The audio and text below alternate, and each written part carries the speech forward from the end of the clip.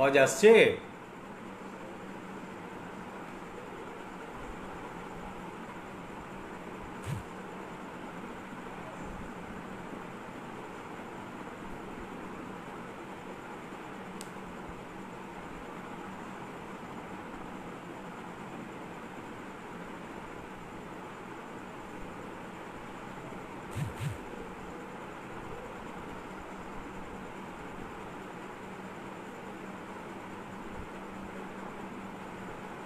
এই বাবাই,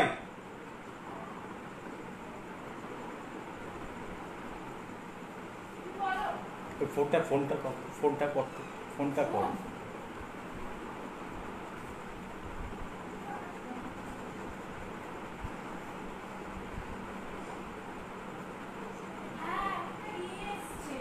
ফোন কর। এ মা ফোন কর। এই বাবা, তোর তোর তোর বল, শুরু করবে? কি বলবো? বলবে, বক্তব্য শুরু করবে? হ্যালো, বাবা কি বক্তব্য শুরু করবে? হ্যাঁ হ্যাঁ। अच्छा, नमस्कार। आदरणीय अध्यक्ष महोदय, पहले मैं इस्तांबुल मेंस यूनियन का अंदर जो जोनल वीमेंस कमेटी है उसको जो अधिकारी को है उसके पहले मैं बधाई दे रहा हूँ कि इतना बड़ा कर्म सूची हो लिया है। दूसरा बात है जो ये कर्म सूची में भाग लिया है, पूरे दिन काम करने का बाद थके हुए भी ये कर्म सूची में भाग लिया है, इसीलिए मैं सबको शुक्रिया अदा कर रहा है। तो पहले आपको सबको पता है कि आज का जो चर्चा का विषय है तो बहुत गंभीर है, महत्वपूर्ण है। तो इसको पहले, इस चर्चा शुरू करने का पहले, ये जो मल्टी स्किलिंग है इसका अंदर जो खतरा है हम लोगों को लिए आएगा दिन में, तो इसीलिए मैं पहले आपको जो चीज़ बोलने मांगता है वो है कि ये मल्टी स्किलिंग कोई छोटा मोटा चीज़ नहीं है, कोई अकेला इसको देखने का कोई चीज़ नहीं है। इसीलिए पहले से आपको बोल रहा है कि इसको बड़े पैमाने में सोच विचार करना होगा, पूरा बहुत बड़ा दृष्टिकोण से इसको देखना होगा, इसको पहचान में सही पहचान के लिए। तो इसीलिए जो जो चीज़ इसको देखना होगा वो है, पहले है जो आपको सुना है कि केंद्रीय सरकार का तरफ से जो 44 जो कानून है, श्रम कानून है, उसको 4 कानूनों में इकट्ठा करने का जो साजिश कर रहा है, जो परियोजना वो लिया है, उसको हमको लेना होगा, उसको उस दृष्टिकोण से। दूसरा बात है कि रेल अपना जो बहुत दिन से जो निजीकरण का कर्म सूची लिया है, तो इसका अंदर जो सबसे बड़ा कर्म सूची है निगमीकरण का, कॉर्पोरेटाइजेशन कर्म का, तो इसको सामने लेकर इस दृष्टिकोण से। और तीसरा बात है जो प्रस्ताव को ऊपर हम लोग चर्चा कर रहे हैं, इस प्रस्ताव में एक चीज आया है, वो है, देखिएगा आखिर में एक मेडिकल कैटेगरी का बात किया है, उस मेडिकल कैटेगरी के बाद भी इसको लेकर, इसको मद्देनजर हम लोग को सब कुछ चर्चा करना होगा। तो इसीलिए चर्चा सिंप्लीफिकेशन के लिए, सीधा सरल करने के लिए डिपार्टमेंट वाइज आप हर किस्म का, हर डिपार्टमेंट का कर्मचारी भाइयों बहनों इधर सुन रहा है कर्म सूची, मल्टी स्किलिंग का बारे में क्या खतरा इसका अंदर छिपा हुआ है, इसको जानकारी के लिए मैं इसको आसान करने के लिए पूरा डिपार्टमेंट वाइज इसको चर्चा करने मांगता है। तो पहले मैं सबसे बड़ा जो डिपार्टमेंट है अभी जो इंजीनियरिंग डिपार्टमेंट को मैं पहले शुरू कर रहा है। तो आप सबको पता है कि इंजीनियरिंग डिपार्टमेंट का हाल क्या है। तो इंजीनियरिंग डिपार्टमेंट में अभी फिलहाल बहुत सारे शिक्षित लड़का लड़की भाइयों बहनों आया है, तो उसका मन में एक सवाल जरूर है, हम लोगों की भी पूछता है, इधर उधर सामने काटना पड़ता है। वो सवाल क्या है, वो सोच रहा है कि इतना दिन रेलवे में कोई नहीं था, कोई संगठन क्या हम लोगों के लिए कुछ नहीं किया है। तो इसीलिए एक छोटा सा इतिहास All India railwaymen's federation, eastern railway mains Union और पूरा रेल मजदूर कर्मचारियों को जो आंदोलन है, तो उसका एक तो छोटा सा इतिहास आपको सामने रख के मैं इस जो मल्टी स्केलिंग का क्रम सूची है वो आपका सामने रखने का कोशिश करेंगे। पहला है 1947 साल के 15 अगस्त हम लोग का स्वतंत्रता मिला था। जब स्वतंत्रता मिला था तो हम लोग सोचा था आज देश आज़ाद हो गया, आज़ाद भारत में हम लोग को सबको आज़ादी मिल गया। लेकिन हम लोग देखा 47 साल का बाद 1948 साल में 2.5 लाख आदमी जो रेल में काम करता था और राशन डिस्ट्रीब्यूट करता था, वो 2.5 लाख कर्मचारी सरप्लस हो गया, अस्थायी हो गया। तो इसका बाद ऑल इंडिया रेलवेमेंस फेडरेशन इसको लेके आंदोलन शुरू किया। ये जो अस्थायी कर्मचारी का संख्या था वो आहिस्ता आहिस्ता सरकार उसको स्थायीकरण करने का बदले उसको अस्थायी करने का लिए अस्थायी कर्मचारियों को बहाली करने शुरू किया। इसका बाद इसको लेके 1960 साल में ऑल इंडिया रेलवेमेंस फेडरेशन के नेतृत्व में पहला नंबर ये था जो 6 लाख जो अस्थायी कर्मचारी रेल का बहुत सारे डिपार्टमेंट में काम कर रहा है, इनमें से 90% कर्मचारी गैंगमैन का नाम से न काम कर रहा है, उसको स्थायी करना होगा। तो 1960 साल में ऑल इंडिया रेलवेमेंस फेडरेशन इसको खिलाफ और अस्थायी कर्मचारी को खत्म करके स्थायी करने के लिए पहला धर्मघट किया था। इस धर्मघट में हम लोग सफल, All India railwaymen's federation, eastern railway mains Union सफल नहीं रहे। सरकार का, केंद्रीय सरकार जो कांग्रेस सरकार था, उसका जो रवैया था, इस रवैया था क्या कि उसको अस्थायी करके रखो, स्थायी मत करो, क्योंकि उसके लिए पैसा ज़्यादा लगेगा। तो इसके लिए हम लोग को फिर लड़ाई करने पड़ा। इसके बाद 1968 साल में दूसरी बार ऑल इंडिया रेलवेमेंस फेडरेशन के नेतृत्व में, ईस्टर्न रेलवे मेंस यूनियन के नेतृत्व में हम लोग को धर्मघट में उतारने पड़ा। लेकिन फिर भी वो एक ही नतीजा कि सरकार का जो रवैया है उस रवैया को हम लोग तोड़ नहीं पाए, असफल रहे।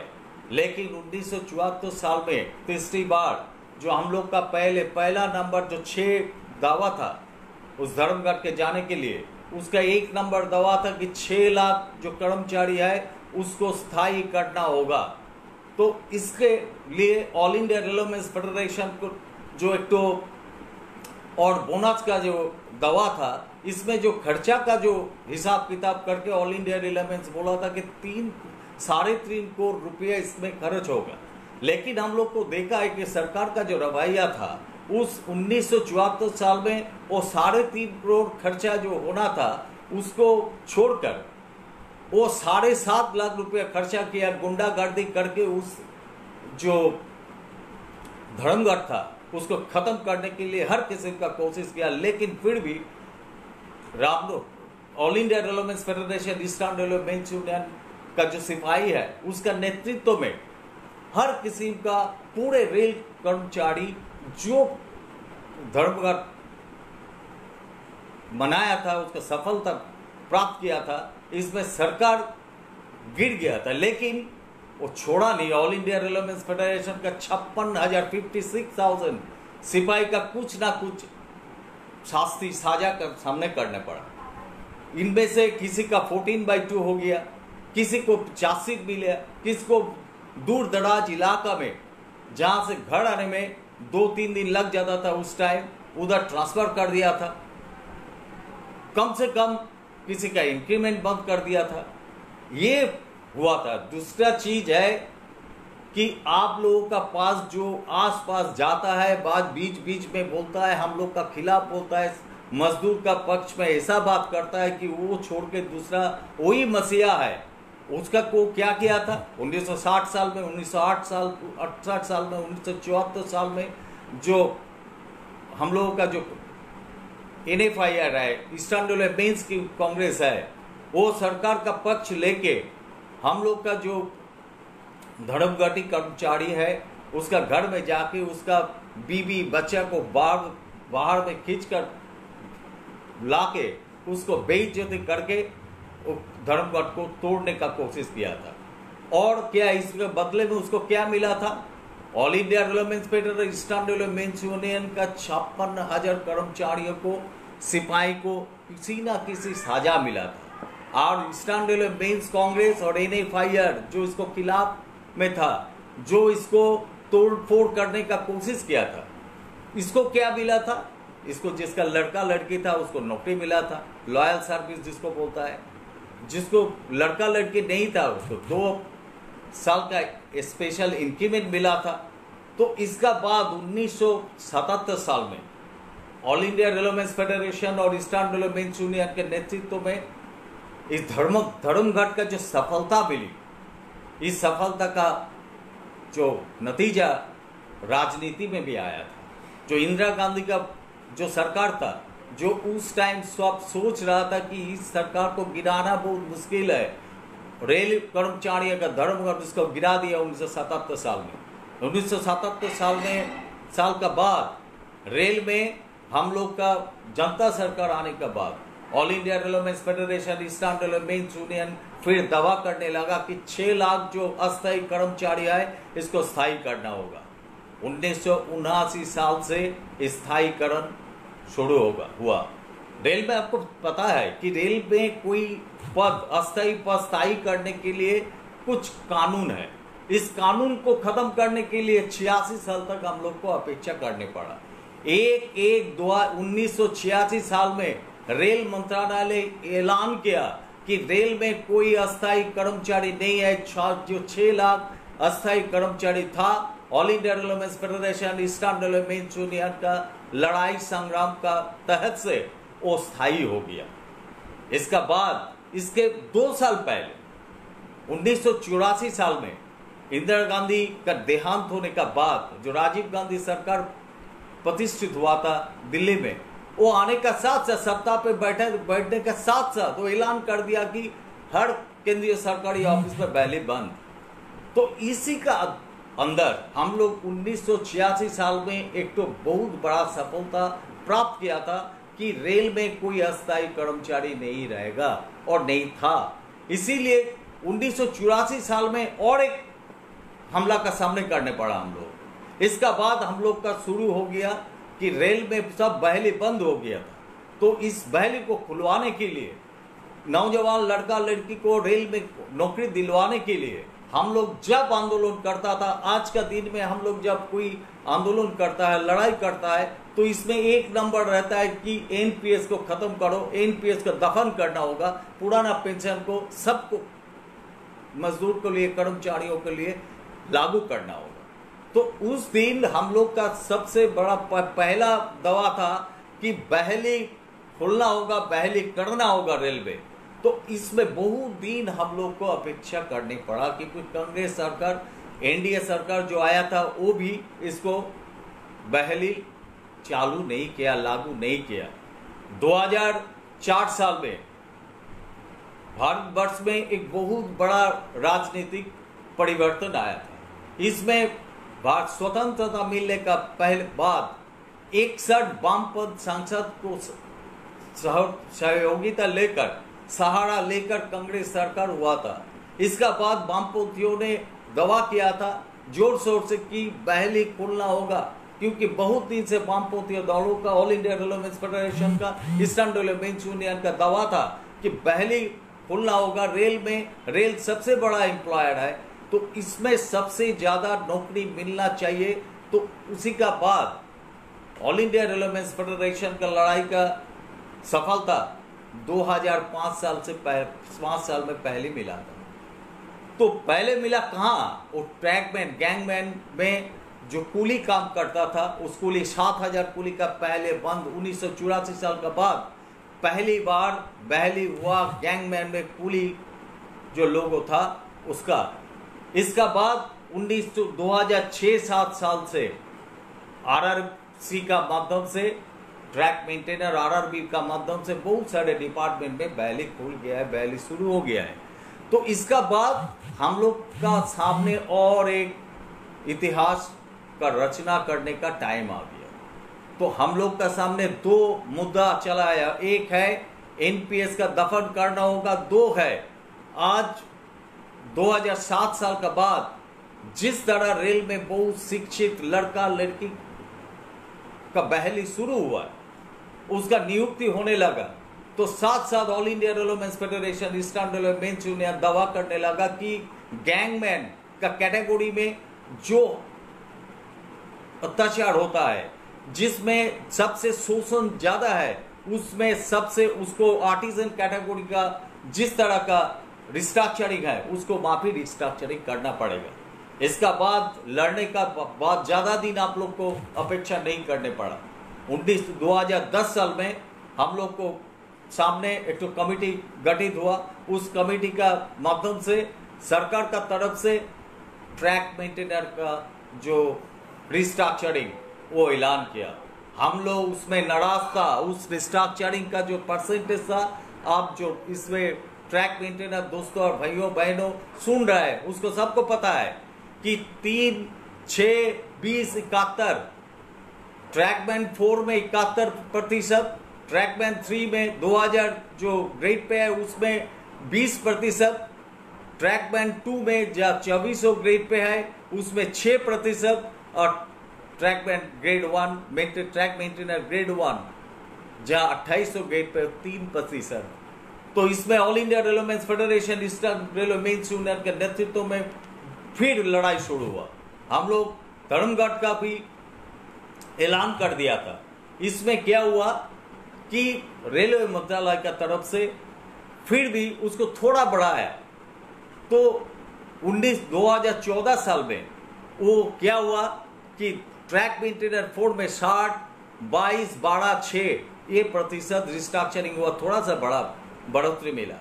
इसमें क्या हुआ कि ट्रैक मेंटेनर 4 में 60%, ट्रैक मेंटेनर 3 में 22%, ट्रैक मेंटेनर 2 में 12%, ट्रैक मेंटेनर 1 में 6%। ऑल इंडिया रेलवेमेंस फेडरेशन ने दावा किया कि ये हम लोग नाराज है, हम लोग ये मांगा नहीं है। ये क्या किया, NFIR और ERLC का मदद से, और कांग्रेस सरकार था वो मदद से इसको लागू कर दिया बलपूर्वक। फिर भी हम लोग इसको लेकर हम लोग प्रतिबद्ध था कि इसको जो आर्टिजन स्टाफ है इसका माफी करना होगा ही। इसका बाद 2019 में हम लोग का लड़ाई संग्राम का माध्यम से और थोड़ा हम लोग बढ़ोतरी मिला। आपको मालूम है कि 50, 20, 20, 10, 10, 20, 20, 50 का जो रिस्ट्रक्चरिंग है ऑल इंडिया में सब कुछ लागू हो गया है। तो ये ऑल इंडिया रेलवेमेंस फेडरेशन में ये किया है। लेकिन आज जो मल्टी स्किलिंग का जो प्रस्ताव हम लोग का पास आया है, इसमें हम लोग जरूर देखा है कि 30 मल्टी स्किलिंग का 30 प्रस्ताव हम लोग का पास है। इस प्रस्ताव 30 प्रस्ताव में 3 प्रस्ताव है जो ट्रैक मेंटेनर भाइयों बहनों के लिए किया है। इनमें से क्या है, आप 2 नंबर जो प्रस्ताव है जिसको लिए कुछ हिस्सों का लीडरशिप और कुछ सियासी हिस्सों का सियासी साजिश चल रहा है, वो ट्रैक मेंटेनर भाइयों बहनों का अंदर एक हसीन सपना फैलाने का कोशिश कर रहा है। और कुछ ट्रैक मेंटेनर भाइयों बहनों ने गलत फहमी से उस हसीन सपना देखने भी शुरू कर दिया, बोलने भी शुरू कर दिया, बहस करने भी शुरू कर दिया।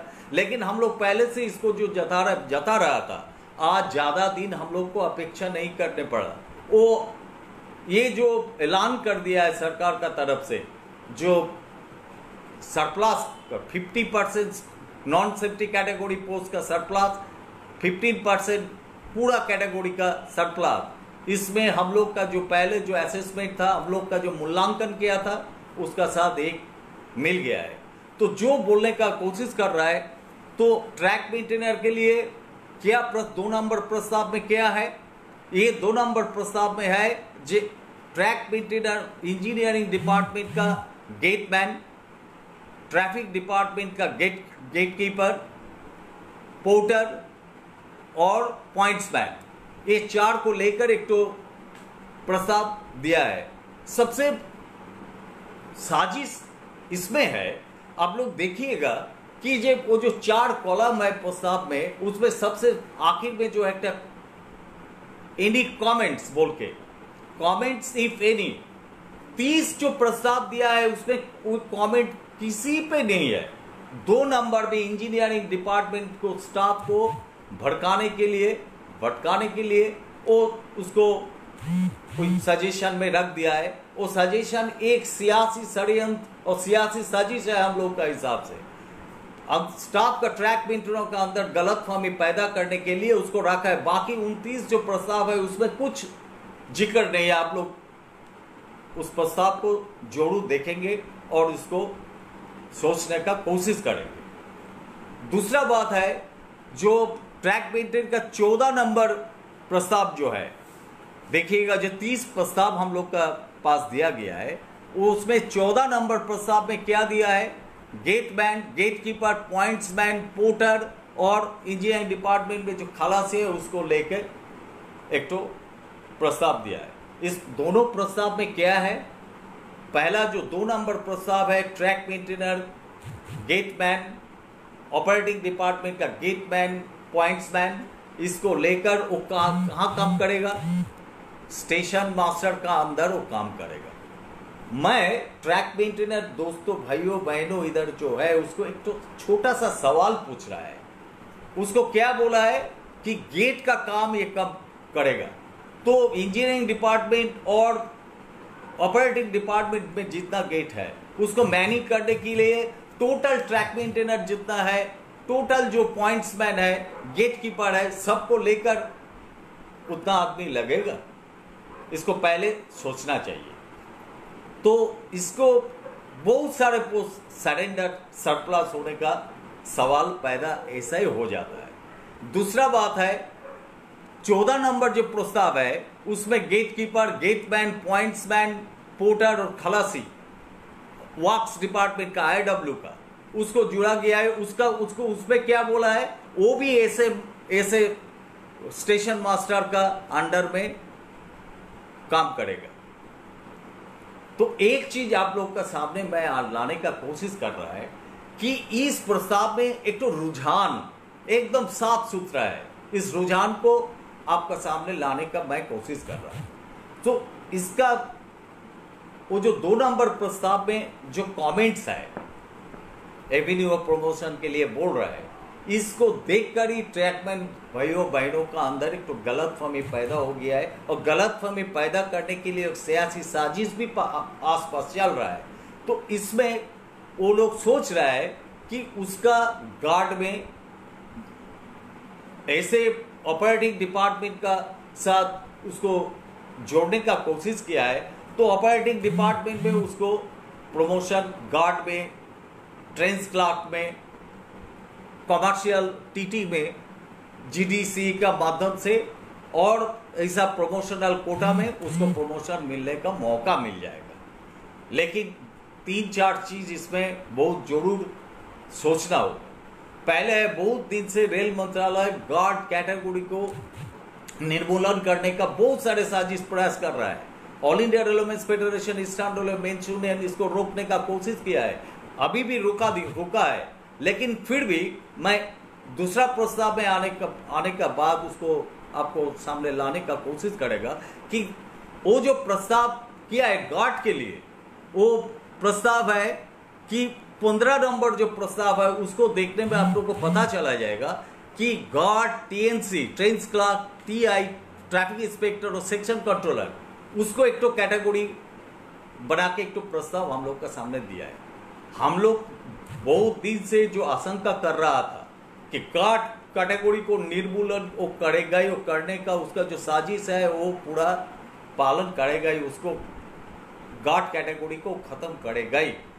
इसमें हम लोग का जो आशंका अभी आ गया है वो गार्ड को TI और सेक्शन एंड कंट्रोलर में सब्स्यूम जो बोलता है उसमें अंतर्लीन करने का एक साजिश इसमें पूरा दे दिया है।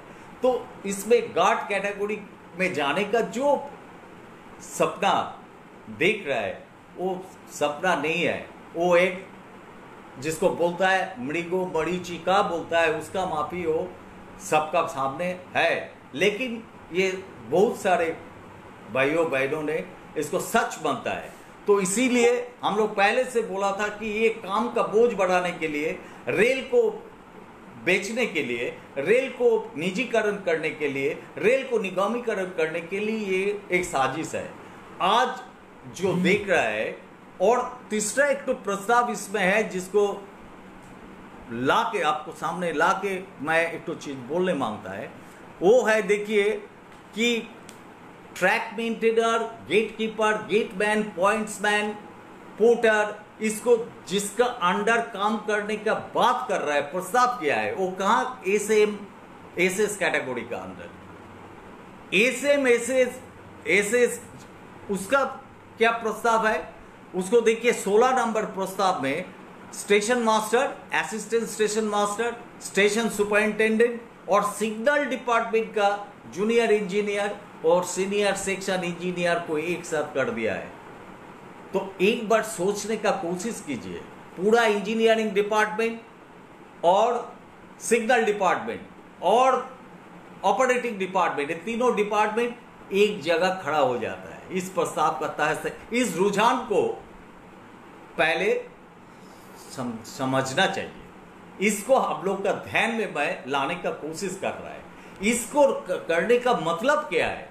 मतलब है एक निगम वो बना के रख दिया है, अपेक्षा कर रहा था। अभी तालाबंदी का दौरान हम लोग जब इधर उधर जा नहीं पा रहे हैं, सोशल डिस्टेंसिंग को जो बोल रहा है और सरकार का तरफ से हाथ जोड़ के सब बोल रहा है कि अब एकांतवास में चला जाइए आपको सुरक्षा के लिए। जब आप लोग एकांतवास में जाता है, जब एकजुटता का जरूरत है, उस टाइम वो बोलता है एकांतवास के लिए चला जाइए।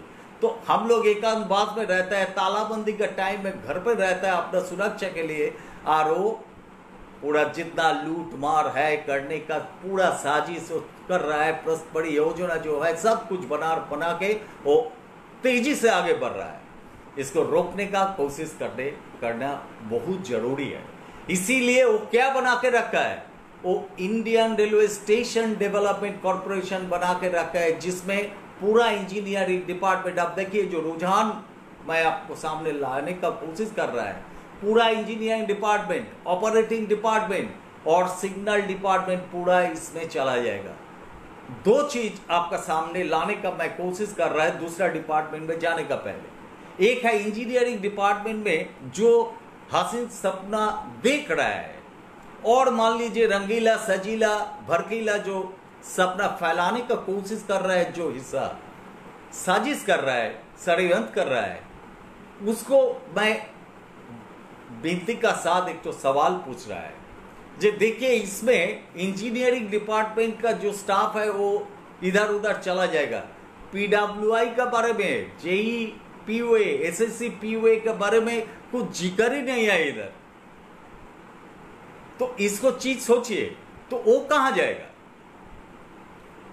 तो उसको क्या दूसरा जगह में जाने का कोई जगह नहीं है इस प्रस्ताव में, उसका कोई जिक्र नहीं है। दूसरा बात है कि इसीलिए कि ये जो पूरा स्टेशन डेवलपमेंट कॉर्पोरेशन में वो डालने का कोशिश कर रहा है। दूसरा चीज है पूरा इंजीनियरिंग डिपार्टमेंट को बहुत दिन से उसका एक साजिश चल रहा है, वो एकदम परियोजना बना के रखा है। Indian railways dedicated Freight corporation limited, उसमें वो डालने का कोशिश कर रहा है, क्योंकि ऑल इंडिया रेलवे, हम लोग का भारतीय रेलवे जहां सामान चलता है, इसमें हम लोग का जो अभी हम लोग अचीव किया है उससे बड़ा अचीवमेंट 15 मिलियन टन, अर्थात 15 मिलियन टन मतलब 150 लाख मिलियन टन वो डेडिकेटेड फ्रेट कॉरिडोर में जो कैपेसिटी है उसे भारतीय रेल से ज्यादा होगा।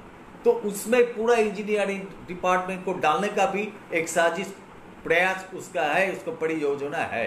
सो दोनों, Indian Railway Station Development Corporation और Indian Railway Dedicated Freight Corporation, इसका दोनों का अंदर जो जिसमें है, इसमें उसको डाल देने का पूरा प्रयास इसमें है।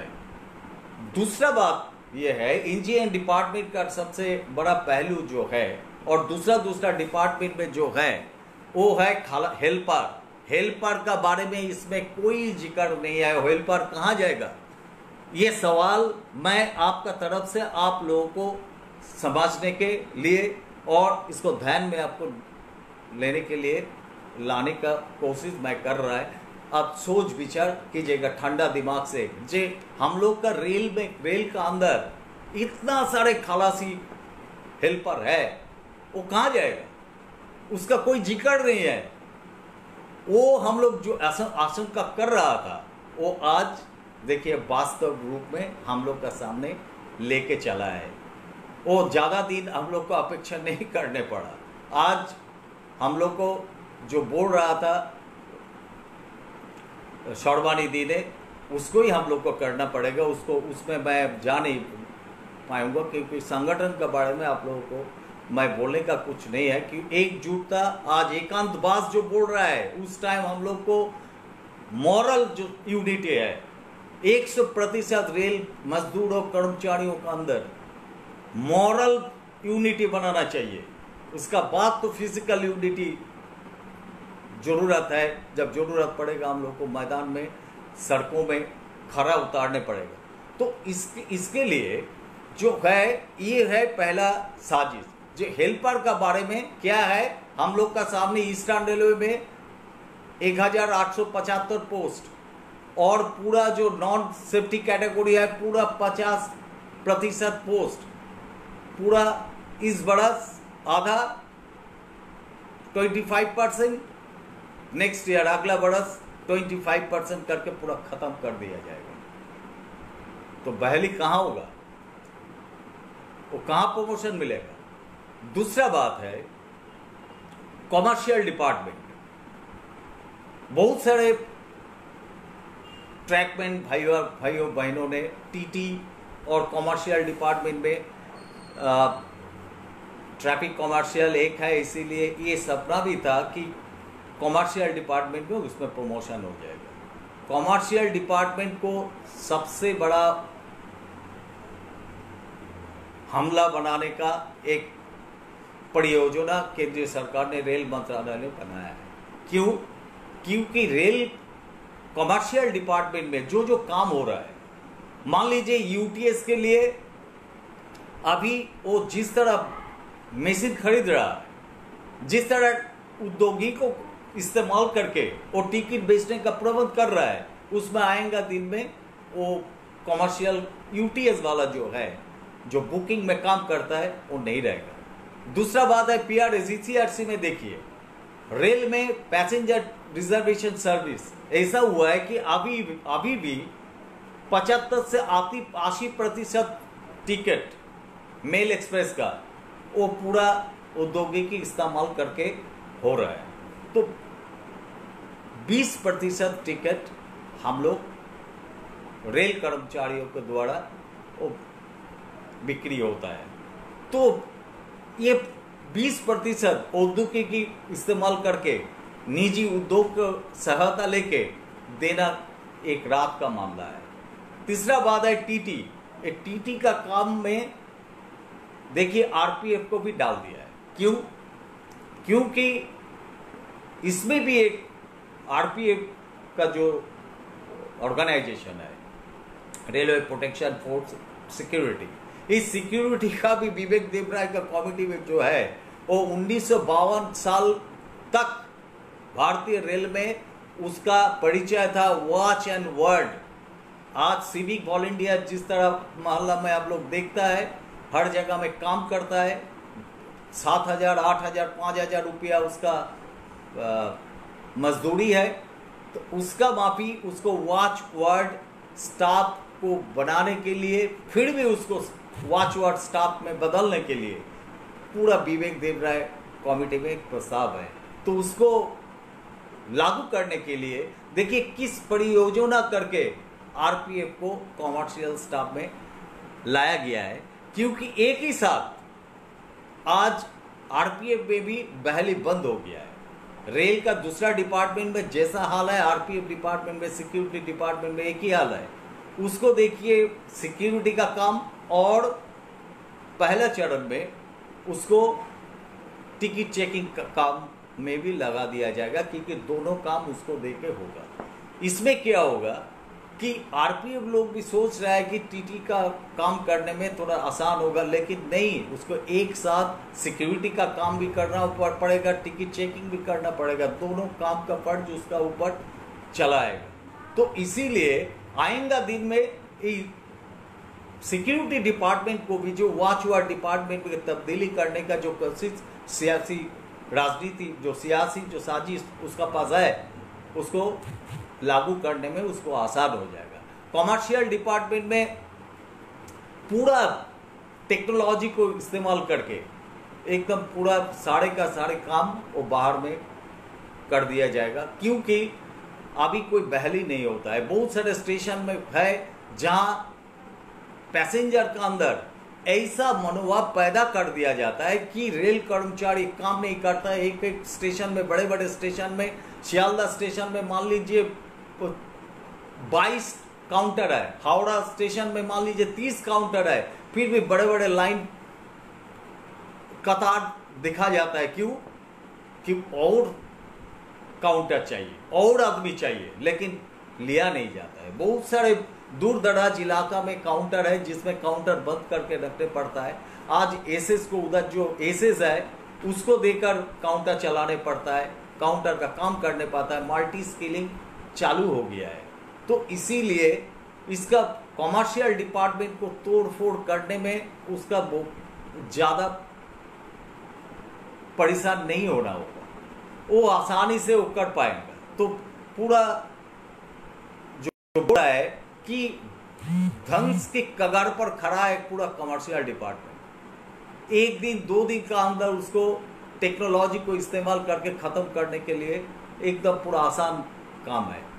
तो इसीलिए कमर्शियल डिपार्टमेंट में जो सोच रहा है कि ट्रैक मेंटेनर भाइयों और बहनों ने जो उसको अंदर कोई प्रमोशन मिल जाएगा, तो कमर्शियल डिपार्टमेंट आखिर में नहीं रहेगा, क्योंकि क्रीज का अंदर जो दिखता है रेल का एक तो जो कॉरपोरेशन है क्रीज, उस कॉरपोरेशन का अंदर जो टेक्नोलॉजी का इस्तेमाल हो रहा है, वो टेक्नोलॉजी का तहत से वो पूरा डिपार्टमेंट खत्म हो जाएगा, आदमी का जरूरत नहीं पड़ेगा। इसी तरीका परियोजना वो पूरा बना रहा है, पूरा बना फिर रहा, पूरा तैयार भी कर चुका है।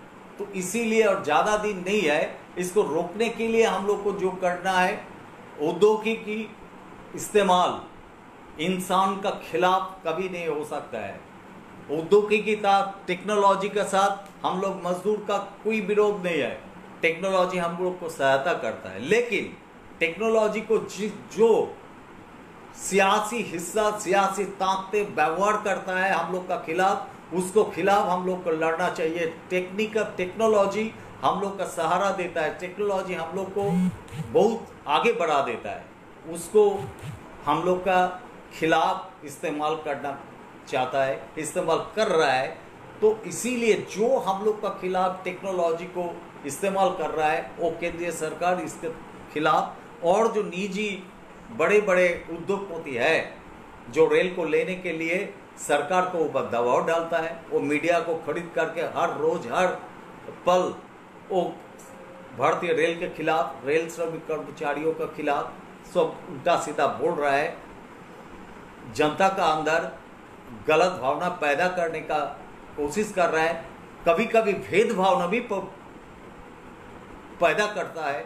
तो इसके लिए बहुत पैसा खर्चा कर रहा है कि रेल को निजीकरण करने के लिए। तो इसीलिए कमर्शियल डिपार्टमेंट में जो सपना दिख रहा है वो एक मरीची का माफिक हो गया है। तो इसमें प्रमोशन मिलने का कोई जगह नहीं है। कमर्शियल डिपार्टमेंट का भविष्य हम लोग आंदोलन करके इसको रोक नहीं पाएगा। 1974 साल का माफी एक टाइम था जिस टाइम बहुत सारे कर्मचारी सोचा था कि 6 लाख कर्मचारी का स्थायीकरण कभी नहीं होगा। All India Railways federation standalone bench union प्रतिबद्ध था। इंसान का जय होता है, दूसरा किसी का जय कभी नहीं होता है। तो इसीलिए ऑल इंडिया रेलवेज फेडरेशन का पीछे जो परंपरा है लड़ाई का, उस लड़ाई का परंपरा में सबको एकजुट करना होगा। आज पूरा 100% कर्मचारियों को ऑल इंडिया रेलवेज फेडरेशन और ईस्टर्न रेल यूनियन का जो लड़ाई संग्राम है इसमें शामिल करना होगा। दूसरा बात है कि दूसरा जो इंजीनियरिंग डिपार्टमेंट है, मान लीजिए इलेक्ट्रिक डिपार्टमेंट का बारे में देखिए, इस प्रस्ताव में जो टीआरडी का कोई स्टाफ इस कर्मसूची में भाग लिया तो जरूर देखा होगा, नहीं देखा होगा तो प्रस्ताव को जरूर पढ़ लीजिएगा कि इसमें टीआरएस ट्रैक्शन रोलिंग स्टॉक इस डिपार्टमेंट का कोई जिक्र नहीं है, लेकिन परोक्ष रूप से इसमें जिक्र है। वो क्या है, 25 नंबर जो प्रस्ताव है इसमें देखिए, एक तो छोटा सा चीज आपको याद दिलाने का कोशिश कर रहा है, वो है 2 बरस पहले हम लोग का पास रेल मंत्रालय की तरफ से एक तो सुझाव आया था, एक तो प्रस्ताव दिया गया था, वो ऑर्डर करके निकाल दिया था। वो क्या है कि मैकेनिकल डिपार्टमेंट का अंदर पूरा इलेक्ट्रिक डिपार्टमेंट चलाएगा और पूरा आर्टिजन जो कैटेगरी है, आर्टिजन कैटेगरी एक ही कैटेगरी में चलाएगा। उसका बाद जिसको हर काम उसको करना पड़ेगा। तो अभी उसका जो ऑर्डर उस टाइम लागू नहीं कर पाए all India Railways Federation, eastern railways union, इसको बहुत जोर शोर इतना विरोध किया था कि वो लागू नहीं कर पाए। तो इस जो प्रस्ताव है मल्टी स्केलिंग का, इस मल्टी स्केलिंग का प्रस्ताव में वो उसको लागू करने का बहुत सुंदर एक परियोजना बना के हम लोग का सामने रख दिया है। तो हम लोग बहुत सारे रेल कर्मचारी है जो समझ नहीं पाता है इसका रुझान कहाँ है, वो क्या किस तरह वो जाता है, इसका नतीजा क्या होगा, ये समझ नहीं पाता। वही आपका ध्यान में मैं लाने का कोशिश कर रहा है। आज 25 नंबर प्रस्ताव में all electrical technician and diesel मतलब मैकेनिकल टेक्नीशियन, इसका मतलब क्या है, जनरल इलेक्ट्रिकल डिपार्टमेंट में पावर है, ट्रेन लाइटिंग है, एसी है, तीनों विंग है। इधर टीआरएस पे क्या है, मेंटेनेंस है, लोको है। ये पूरा इलेक्ट्रिक डिपार्टमेंट एक जगह चलाएगा, लेकिन इसमें एक चीज जिक्र नहीं है, उसका खलासी का क्या होगा। तो खलासी का क्या होगा, हम लोग का सामने एक ऑर्डर आ चुका है। वो क्या होगा, वो जो नॉन सेफ्टी कैटेगरी है उसका पकड़कर 50% इस बढ़त और आएगा वर्ष में 50% हम लोग का सामने काट के लेके चला जाएगा। इसमें इसका जो अंदर जो साजिश है, जो काम का बोझ बढ़ाने का, वो नहीं रहेगा। देखिए टीआरडी का बारे में कोई जिक्र नहीं है, एकदम जिक्र होना नहीं चाहिए, इसीलिए इधर जिक्र नहीं है। उसका खलासी का बारे में जिक्र है।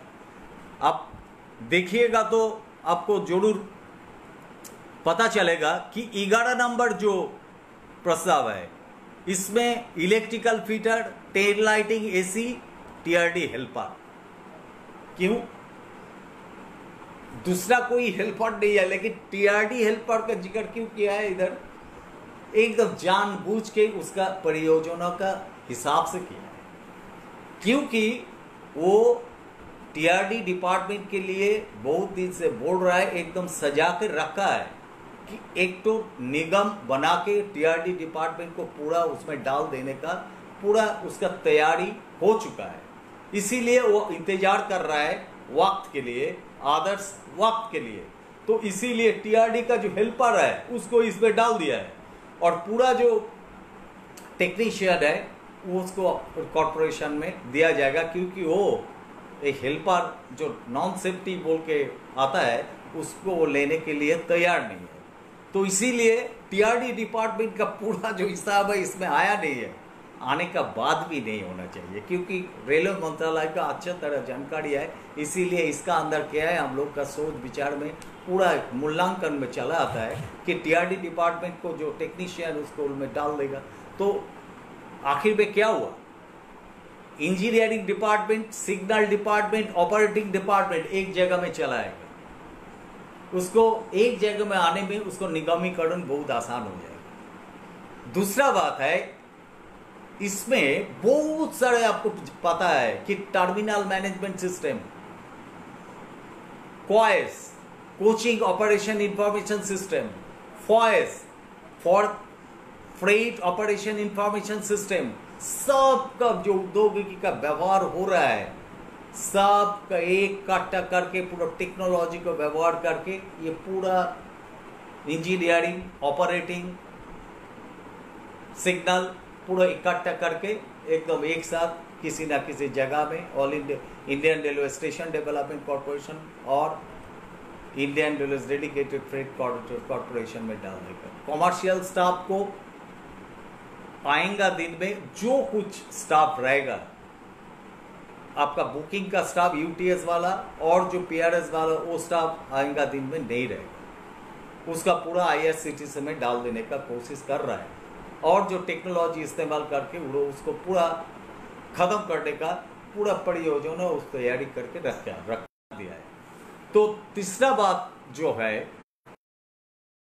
है कि आप सौरवानी दी भी बोल रहा था जिस कैटेगरी में मैं काम कर रहा है वो ओएस और अकाउंट्स डिपार्टमेंट, इसको खत्म करने के लिए वो जो नॉन सेफ्टी कैटेगरी जो आया है अभी, हम लोग सब ओएस सीओएस जो देखता है हर जगह में काम करता है, इसमें जो 9-20 वाड़ा जो प्रस्ताव दिया है, इस प्रस्ताव को हम लोग क्या पूरा आज IPAS Indian Railway human management HRMS Indian Railway human system, तो human resource management system sorry, तो HRMS जो किया है इसमें देखिएगा एक चीज, आप बहुत सारे कर्मचारी जो है बहुत सारे डिपार्टमेंट में काम कर रहा है, मल्टी स्किलिंग का बारे में जो नहीं सोच रहा है अभी तक, उसको पता नहीं है कि HRMS में जो आप जिसका कैटेगरी है आपका कॉमर्शियल डिपार्टमेंट में जिसका जो कैटेगरी है वो आप HRMS स्कूल के देख लीजिएगा कि रेलवे बोर्ड का रेल मंत्रालय का जो मल्टी स्किलिंग का जो प्रबंध है, जो ये प्रस्ताव है, इस प्रस्ताव के हिसाब से HRMS में आपको पता नहीं है, आप HRMS में फॉर्म में आप जिस तरह भरवा है फॉर्म फिलअप किया है उसमें आप असली डेजिग्नेशन दे के छोड़ दिया है, लेकिन क्रीस ने उसको बदल के ये जो प्रस्ताव है इसको कर देता है। कॉमर्शियल डिपार्टमेंट में ये चेंज हो गया है। दूसरा बात है कि ये जो मल्टी स्किलिंग कैटेगरी में अभी जो आर्टिजन कैटेगरी में जिसको बहली होता है, मान लीजिए आरआरबी, मान लीजिए आरआरसी का माध्यम से गेट 3 में और हेल्पर में उसको एक साथ सब कुछ ट्रेन लाइटिंग, एसी, पीआरडी का सब काम एक साथ ट्रेनिंग हो जाता है और ट्रेनिंग से लौटने के बाद वो ऑफिसर लोग ठीक करता है उसको कौन सा डिपार्टमेंट में देगा, हर डिपार्टमेंट। तो अभी उसको कॉम्बाइंड भेज भी रहा है उस तरह। तो आएगा दिन में हम लोग का पीछे जो टेक्नोलॉजी को व्यवहार करके इस्तेमाल करके वो पूरा हम लोग का जो डेजिग्नेशन है वो हम लोग का अनजान में ही वो बदल कर देता है। तो इसमें भी हम लोग को ध्यान देना चाहिए। ये भी एक लड़ाई का चारा है, एक लड़ाई का बहुत बड़ा मसला है जिसके हिसाब से हम लोग को लड़ाई करना पड़ेगा कि मैं HRMS फॉर्म फिलअप करने का टाइम में मैं जो डेजिग्नेशन दिया था मेरा डेजिग्नेशन HRMS में बदल जाता है। कैसे बदल जाता है, कौन बदल देता है? ये मौका इस टेक्नोलॉजी को इस्तेमाल वो ऐसे कर रहा है कि उसका सियासी जो मकसद है वो मकसद सफल हो। और हम लोग जो रेल कर्मचारी है, मजदूर है, सब लोगों का पास पहुंच नहीं पाता है। जिसका पास हम पहुंच जाता है वो भी कभी कभी दुविधा में इधर उधर भटक जाता है। हम लोग उसको एकजुटता बनाने के लिए जो कोशिश कर रहे हैं उसमें मिलता नहीं है। तीसरा जो ये है आप लोगों का जो टीआई सीटीआई 12 नंबर जो प्रस्ताव है, इसमें TI traffic inspector, CTI commercial ticket inspector और डब्ल्यूआई वेलफेयर इंस्पेक्टर, सोचिए इसको इकट्ठा करके एक तो प्रस्ताव हम लोग का पास दिया है। ये कभी संभव है? ये जो है ये एक माफी है। इसमें भी उसका एक साजिश है कि इसका जरूर आएगा दिन में, इस इंस्पेक्टर को जरूरत नहीं है। क्योंकि बहुत दिन से एक चीज ख्याल कर कीजिए, ध्यान में लाने का कोशिश कीजिए, बहुत दिन से मीडिया में एक इंस्पेक्टर राज खत्म करने का बात बहुत दिन से चल रहा है। तो आज मौका मिला है इस प्रस्ताव का माध्यम से उसको खत्म। तो आएगा दिन में ये जो टीआई सीटीआई इसका जरूरत नहीं है, क्योंकि इसको निजी उद्योग में इसको जरूरत नहीं पड़ेगा। तो अभी ऐसा करके हम लोग को चलना है। इसका मद्देनजर एक चीज जो ट्रैकमैन भाइयों बहनों है और सब जो है, देखिए ट्रैक मेंटेनर का हालत बहुत खराब है। इसका रुझान जो है हम आपका सामने लाने का कोशिश किया है। हम लोग का सामने दो मुद्दा ट्रैक मेंटेनर बंधु भाइयों के लिए है। ये हम लोग जितना बड़ा हमला हो हम लोग प्रतिबद्ध है इसको लाने के लिए। एक है क्या कि ट्रैक मेंटेनर कैटेगरी में जो 4200 गेट पे है, ये 4200 गेट पे को लाना ही चाहिए। ये all India development federation eastern development union प्रतिबद्ध है, एक करेगा, लागू करेगा ही, ये करना चाहिए। इसके लिए ट्रैक मेंटेनर दोस्तों के लिए दोस्तों का काम नहीं है, पूरा रेल कर्मचारियों का काम है। All India development federation eastern development union कोई कैटेगरी और ऑर्गेनाइजेशन नहीं है। इंडस्ट्रियल फीलिंग है, एक दूसरे के लिए सोचता है। ऑल इंडिया डेवलपमेंट फेडरेशन हर किस्म का हर कैटेगरी को रिप्रेजेंट करता है, प्रतिनिधि एक बड़े नुमाइंदे है। तो इसीलिए दूसरा जो चीज है, अभी देखिए ट्रैक मेंटेनर का लेटेस्ट जो रिस्ट्रक्चरिंग है 10 20 20 50 और नीचे से जाइएगा तो 50 20 20 10 और आर्टिजन स्टाफ का क्या है, ग्रेड 3 में 15, ग्रेड 2 में 8, ग्रेड 1 में 51 और 4200 गेट में सीनियर टिक में 26।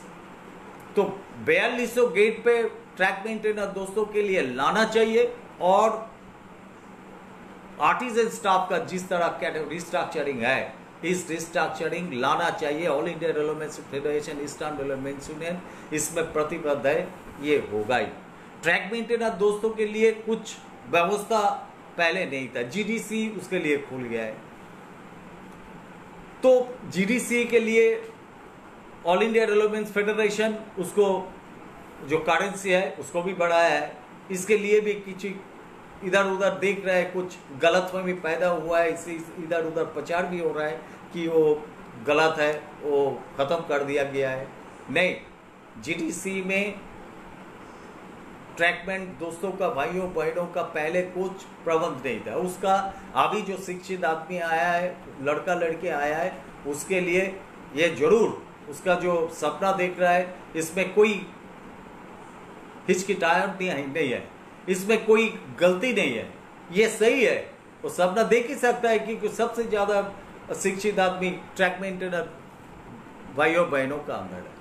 तो इसीलिए उसके लिए जो जो प्रमोशन करना होना चाहिए इसको तो होना चाहिए, लेकिन कैटेगरी खत्म हो जाने से जिस तरह वो कर रहा है आज का दिन में ट्रैक मेंटेनर के ऊपर जिस तरह बोझ होता है, काम का बोझ होता है, आज ट्रैक मेंटेनर के ऊपर जहां रेलवे बोर्ड का सर्कुलर है 50% काम कराना है, वो 100% काम कराया जाता है। तो इसी हालत में हम लोग हर जगह लड़ता है लेकिन हर जगह में सफल नहीं हो पाता है। तो इसीलिए तो जहां रैली नहीं रहेगा, जहां कैटेगरी नहीं रहेगा, जहां जिसमें प्रमोशन का हासिल सपना देख रहा है वो नहीं रहेगा, तो कैसे हो प्रमोशन होगा।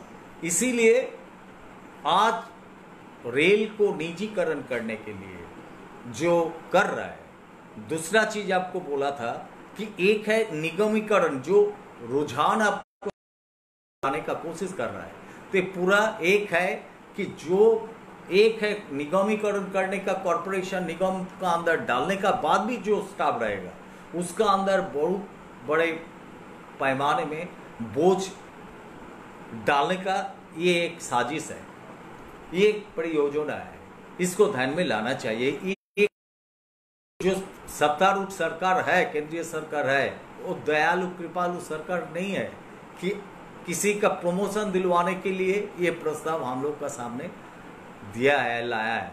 तो इसीलिए इसको, ये जो सियासी साजिश है, इसको ठंडा दिमाग से सोचना होगा, बहुत ही ध्यान से इसको देखना होगा, सोचना होगा। इसका मैं हम लोग जिस तरह बोल रहा है, इसका रुझान हम लोग क्या बोल रहा है, हम लोग का अनुभव से बोल रहा है, बहुत दिन से लड़ाई संग्राम करने का अनुभव है। ऑल इंडिया रेलवेमेंस फेडरेशन का साथ का जुड़ा हुआ एक सिपाही है। इसका तहत से उसका जो बहुत लंबा लड़ाई संग्राम का सफर है, इस सफर का भी इतिहास जो है वो हम लोग का जानकारी है। तो इसीलिए उसका तहत से हम लोग इसको मूल्यांकन करके आप लोगों का सामने लाने का कोशिश किया है। तो इसका सामने देखिए और 2-3 चीज आपको बता के मैं मेरा जो मल्टी स्केलिंग के ऊपर जो चर्चा है वो खत्म करूंगा। एक है, देखिए, लोको रनिंग स्टाफ जो इलेक्ट्रिक डिपार्टमेंट का, वो इस प्रस्ताव में नहीं है। लेकिन जो लोको रनिंग स्टाफ का अंदर, लोको का अंदर भी जो मैंने जिक्र किया था, तो उसका अंदर जो स्टाफ है, उसका स्टाफ का भी जो नियत है वो क्या होगा, ये भी एक सवाल है। पूरा जो परियोजना है, इस परियोजना के सामने रखकर ठंडा दिमाग से सोचकर ऑल इंडिया रेलवेमेंस फेडरेशन और ईस्टर्न रेलवे मेंस यूनियन का लड़ाई संग्राम का जो इतिहास है, इसको सोचना होगा। दूसरा बात है, ये तो काम का बोझ सब इकट्ठा करके एक कॉमर्शियल डिपार्टमेंट का छोड़िए, एक मैकेनिकल डिपार्टमेंट का स्टाफ को बोलिएगा कि आपको ट्रेन लाइटिंग का जो काम है वो करके आना पड़ेगा। मान लीजिए आप बोल नहीं पाएगा कि अब मैकेनिकल स्टाफ है, मैं कैसे उधर जाएगा।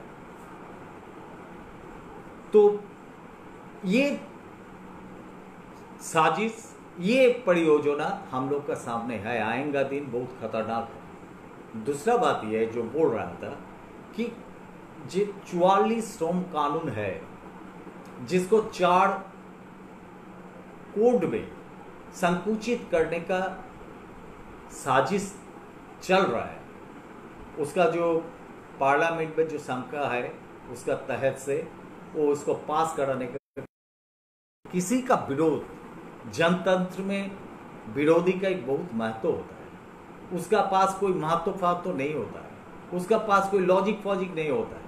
आपका पैसा बैंक में जो है, आपका एनपीएस का जो रुपया जमा होता है, हम लोग का जो पुराना पेंशन में है, पेंशन जो पीएफ पेंशन फंड का रुपया है, सब उसको दिलवाने का काम कर रहा है। और उस रुपया लेके क्या करेगा, वो कभी लौटा नहीं, लौटेंगे नहीं, और उसको पैसा लेके कहाँ चला जाएगा, इंग्लैंड, अमेरिका, बहुत जगह द्वीप खरीद करके वो उधर रहने लगेगा। और जहां उसका दिक्कत होगा, वो कोर्ट में जाके बोलेगा मेरा $2000 हर रोज खर्चा लगता है, उसको देना पड़ेगा। तो आप लोगों का पैसा हड़प करने के लिए ये पूरा परियोजना मजदूर को पैसा लूटने के लिए, हड़प करने के लिए ये कर रहा है। ये जो श्रम कानून हम लोग का सामने ला रहा है, इसमें 12 घंटा का नौकरी का प्रबंध कर रहा है। जहाँ 12 घंटा का नौकरी का प्रबंध कर रहा है, उसमें हम लोगों को दिन में 24 घंटा का अंदर 14 घंटा काम करना पड़ेगा, कोई ओवर टाइम नहीं होगा। इसका बीच नाइट ड्यूटी अलाउंस का जो हम लोग का हकीकत था, जो अधिकार था, वो अधिकार खत्म होने जा रहा है। आधा अधिकार खत्म कर दिया है, आधा जो बचा हुआ है वो खत्म करने के लिए और ज़्यादा दिन हम लोगों को अपेक्षा नहीं करना पड़ेगा, लड़ाई संग्राम नहीं होगा। तो इसीलिए ये जो कानून है, इस कानून को आज एक ऐसा माहौल पैदा हो गया है जहाँ जनतंत्र नहीं है, जहाँ सच बात सुनने वाला नहीं है सत्तारूढ़ केंद्रीय सरकार में। तो इसीलिए हम लोग का सामने लड़ाई संग्राम छोड़ के कोई रास्ता नहीं है। अभी देखिए, ये जो कानून का बात है, ये कानून का एक हिस्सा है, ये छोटा सा, वो उसका बाहर ये नहीं है। तो इसीलिए देखिए 1925 से 24 साल में ऑल इंडिया रेलवेमेंस फेडरेशन का जन्म हुआ था। ये ऑल इंडिया रेलवेमेंस फेडरेशन का जन्म किस लिए हुआ था? ये ऑल इंडिया रेलवेमेंस फेडरेशन का जन्म हुआ था उस टाइम जो विप्लवी था, जो क्रांतिकारी आदमी था, उसमें भगत सिंह, ज्योतिन दास, बोटू केशव दत्त, ये लोग था, जो वामपंथी आदर्श में विश्वास करता था। इसका जो प्रभाव उस टाइम सरकार का ऊपर गिरा था, और दूसरा है रशिया का क्रांति सफल होने का बाद ब्रिटिश सरकार ये ऑल इंडिया रेलवेमेंस फेडरेशन को जन्म होने दिया। नहीं तो ऑल इंडिया रेलवेमेंस फेडरेशन और 30 बरस पहले जन्म होता, होने नहीं दिया। बहुत कड़ी कड़ी आइन लाके इसको बंद कर दिया था। लेकिन आखिर में रशिया विप्लव 1917 साल में होने का बाद, भगत सिंह का माफी क्रांतिकारी आदमी का पैदा होने का बाद वो रोक नहीं सका ऑल इंडिया रेलवेमेंस फेडरेशन को। ऑल इंडिया रेलवेमेंस फेडरेशन 1924 से पैदा होने का साथ साथ ये जो 44 आइन को रूपा पैदा हुआ, इसका जो प्रचार हुआ, इसको ऑल इंडिया रेलवेमेंस फेडरेशन का एक ही कृतित्व है, और वामपंथी दल जो है उसका कृतित्व है, कीर्ति है ये। तो 1924 में ऑल इंडिया रेलवेमेंस फेडरेशन का जन्म होने का साथ साथ बहुत दिन से हम लोग का जो दवा था भारतवर्ष में मजदूरों का, 1926 साल में इंडियन ट्रेड यूनियन एक्ट हम लोग का सामने चला आया, जिसके तहत से हम लोग को आज इस तरह ट्रेड यूनियन का अधिकार मिला है। हम लोग का सब कुछ अधिकार मिला है, एक से एक अधिकार ऑल इंडिया रेलवेमेंस फेडरेशन का लड़ने का बाद आया है। आज बोनस, इसका बीच जो कोड है, इसका अंदर वेज कोड का अंदर ये पूरा आ जाता है। जो मैं दूसरा किसी का कोड का जिक्र नहीं करूंगा क्योंकि ये इसका साथ संपर्क नहीं है। तो वेज कोड जो है, वेज कोड का अंदर जो कानून वेज कोड का अंदर संकुचित करने का कोशिश कर रहा है, ये मल्टी स्किलिंग उसका एक हिस्सा है। तो वो वेज कोड लागू जुलाई महीना में 2019 साल की जुलाई महीना में ये पार्लियामेंट में पेश हुआ है। अभी वो पास होने में ज़्यादा दिन अपेक्षा नहीं करना पड़ेगा हम लोगों को। तो वो पास हो जाने का साथ साथ क्या होगा, पूरा टाइम लागू हो जाएगा, हम लोग का पूरा काम का पूरा जो हिसाब किताब है वो पूरा लागू हो जाएगा। ये उसका एक हिस्सा है, इसीलिए इसको बना रहा है। Indian railway establishment code volume 1 volume 2, eastern Indian railway establishment manual volume 1 volume 2, वो भी बदल रहा है। क्यों? क्योंकि 44 जो कानून है वो बदल होने से वो भी बदल होना चाहिए, क्योंकि वो तो एक ही उसका छोटा सा हिस्सा है रेल का अंदर हम लोग जो कानून का अंदर काम करता है। तो इसीलिए ये पूरा बड़े पैमाने में हम लोग को देखना होगा। और एक चीज हम लोग को ध्यान में लाना होगा जो इस प्रस्ताव में है, वो क्या है, मेडिकल कैटेगरी इस तरह इसे कर दिया है कि बहुत सारे कर्मचारी डी कैटेगरीज होने वाला है। जो ट्रैकमैन दोस्तों ने सोच रहा है जो सेफ्टी कैटेगरी में है उसको रीमेडिकल होगा। इसको जो मेडिकल कैटेगरी जिस तरह किया है, इस मेडिकल कैटेगरी को इस्तेमाल करके बहुत सारे कर्मचारियों को रेल से निकास करने का एक प्रबंध इसमें किया गया है। ये भी एक साजिश है बड़ा। इसको हम लोग कोई दृष्टिकोण से देखने वाला नहीं है, देख नहीं रहा है।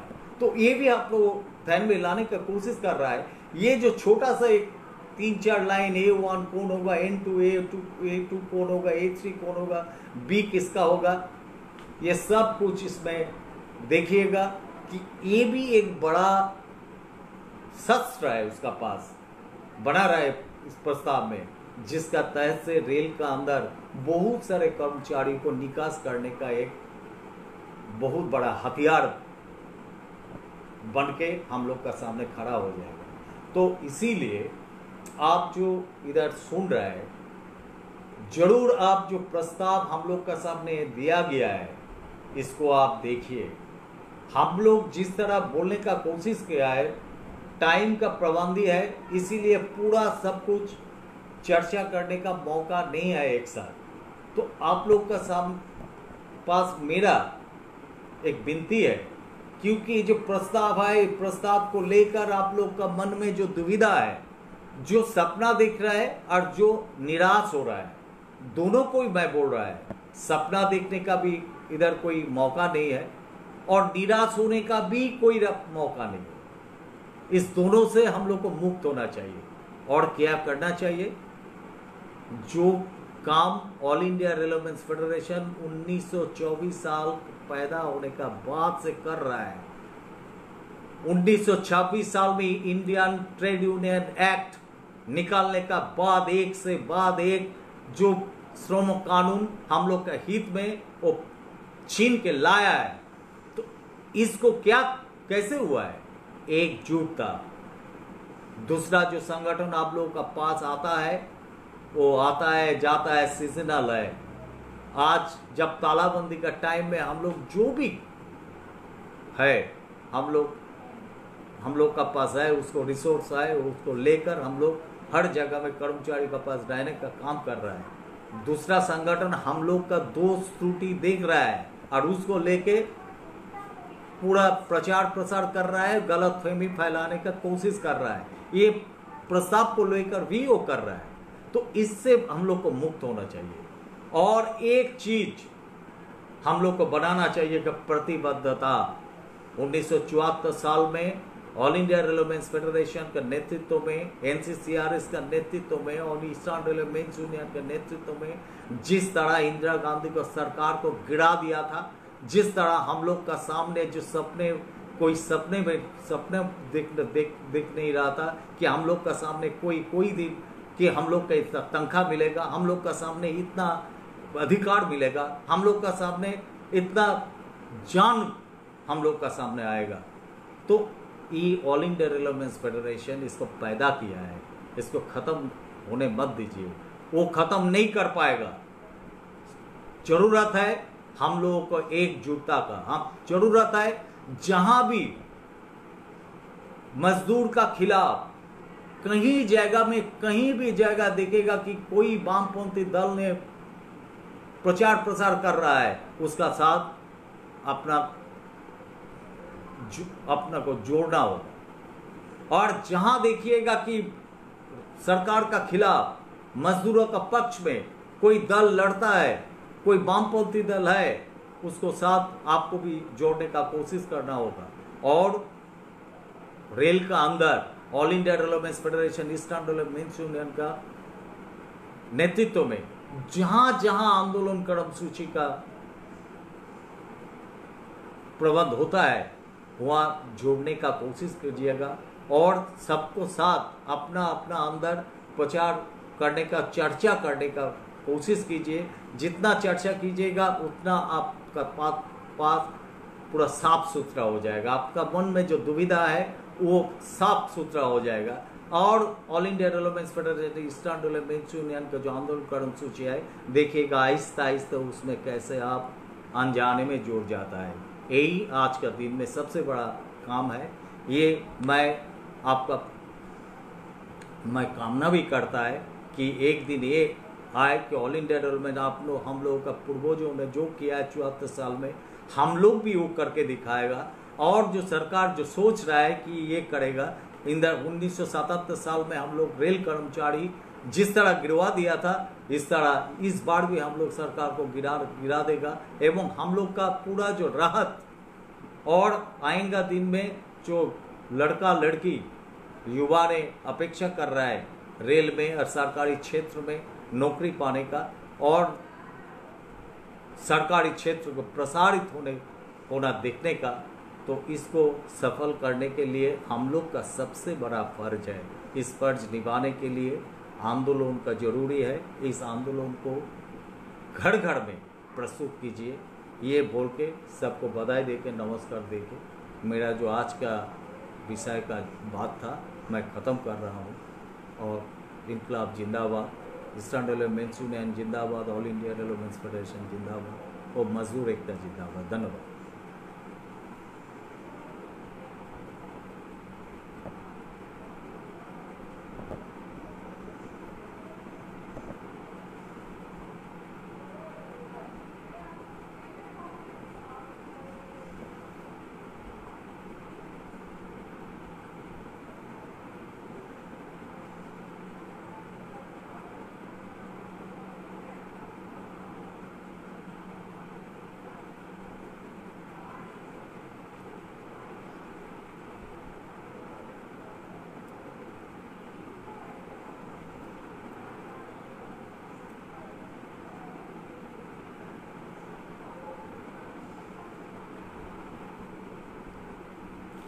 এই বাবাই শোন, একদিন তোর মোবাইলটা নিয়ে আয়।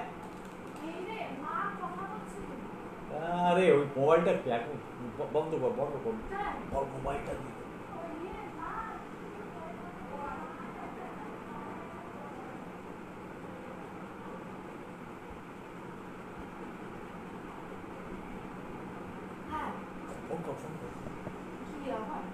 দেখ ফোন করেছে বলে।